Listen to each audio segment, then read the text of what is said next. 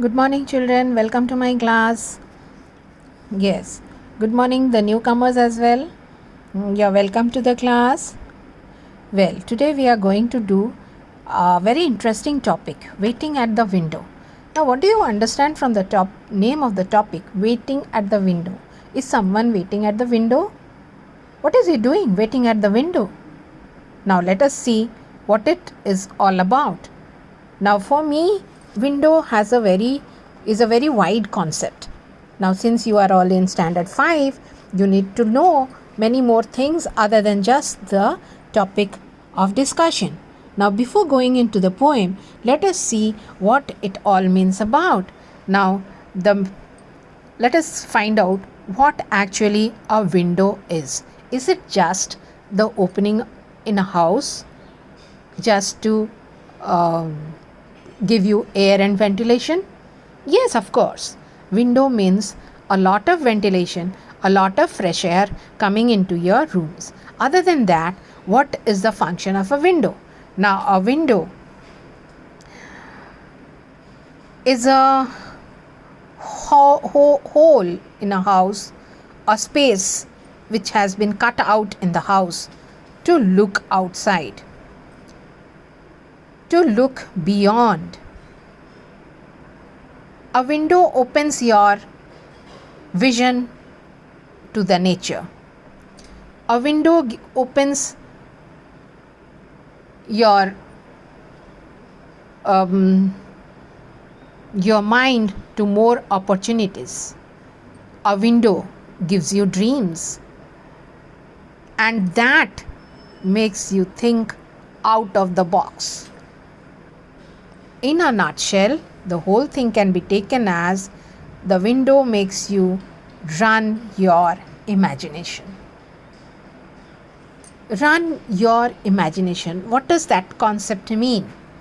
Means we all have a mind to imagine things. Now, what do we imagine is what we want, our desires, our hopes, our fantasies. These are the things that we can imagine. What our desires are what we want, hopes, what we might want, and fantasies are something that we enjoy. The unreal world beyond the real world. That is what a fantasy is. So, we can say in a nutshell, what the poet wants to say is that when one is bored, then one can imagine many things, turning a boring situation into an interesting one. Right? And who is this great poet who makes us think beyond? He is none other than Alexander Meehan, who was born on 18th January 1882 in Kilburn in London, which is in England. Now, what kind of a person is this Alexander Meehan? He was an English author known for his books about bears. Have you all heard about Winnie the Pooh, the famous bear? Yes, all of you must have read comics, story books. We have a series of story books on Winnie the Pooh. You can, once the school reopens, you can go to the library and pick up your choice and read the book on Winnie the Pooh. And then he also wrote something about a boy called Christopher Robin. Alexander Meehan died at the age of 74 on 31st January 1956. Now, what does he tell us in the poem? The poem is about imagination of a little boy who is stuck indoors because it is raining outside. He imagines how 2 drops of rainwater running down the window pane are actually racing each other. So he names the 2 drops of rain as John and James. Both the drops start racing, crossing the huddles on their way. The boys shows come down shows some affection towards John and wants him to win the race. And finally, John does win the race. Now let us go through the poem and try to understand how the race takes place.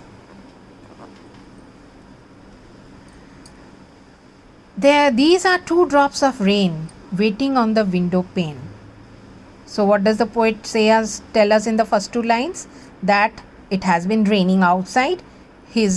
What picture we get from the first 2 lines? That the poet is a captive inside the house as it is raining outside. He cannot go out to play, so he is held inside the room. He is unable to move out of the house. So what does he do? He stands by the window and watches the rain falling. He sees 2 drops of rain falling on his window pane. They were waiting, as if we wait before beginning a race. Right? There's a starting point, there's a line there. So on the line we all stand here as competitors. Then once the referee blows the whistle, we start running, isn't it? So the poet says that these 2 drops of rain were waiting on the window pane. I'm waiting here to see which the winning one will be. They were waiting on the window pane as if they wanted to begin a race. So look at the poet's imagination. 2 raindrops have fallen on the window pane. They are trying to float down, and the poet is imagining that the window pane, these 2 raindrops are going to start a race, and he wants to see who wins the race. Both of them have different names, and to enhance his imagination more, he gives names to both the raindrops. One is John and the other is James. All the best and all the worst comes from which of them is first.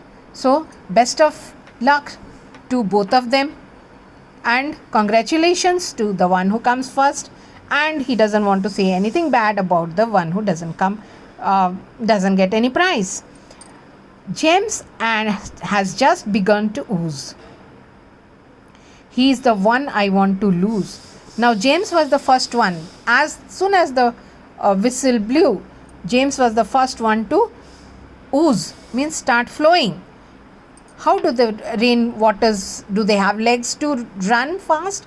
No, they flow down the window pane. So he says James has just begun to ooze, has just started flowing.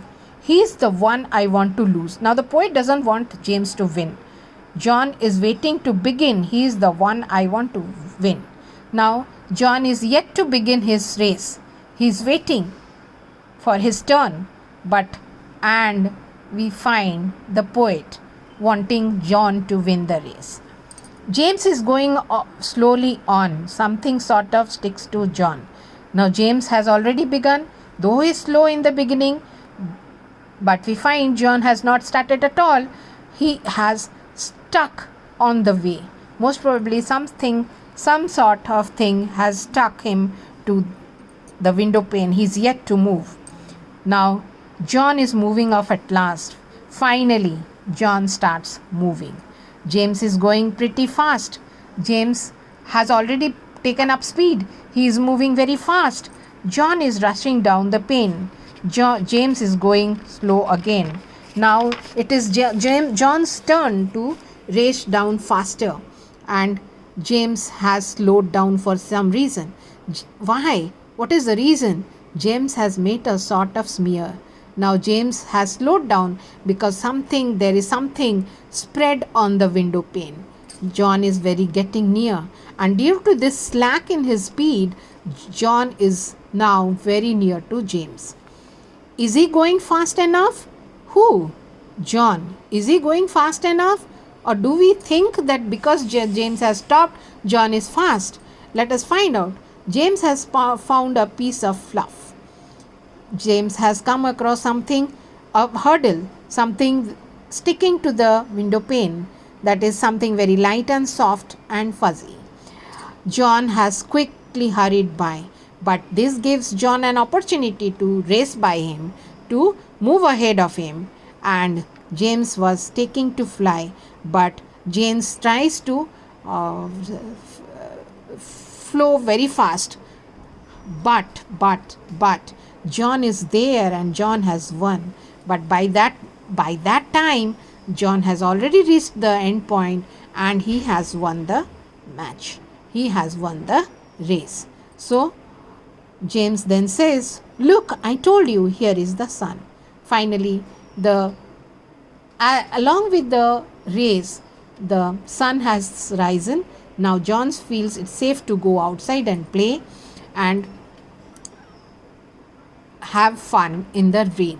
The puddles of water that must have filled up in the garden, on the road, and he wants to enjoy with full open arms. Thank you.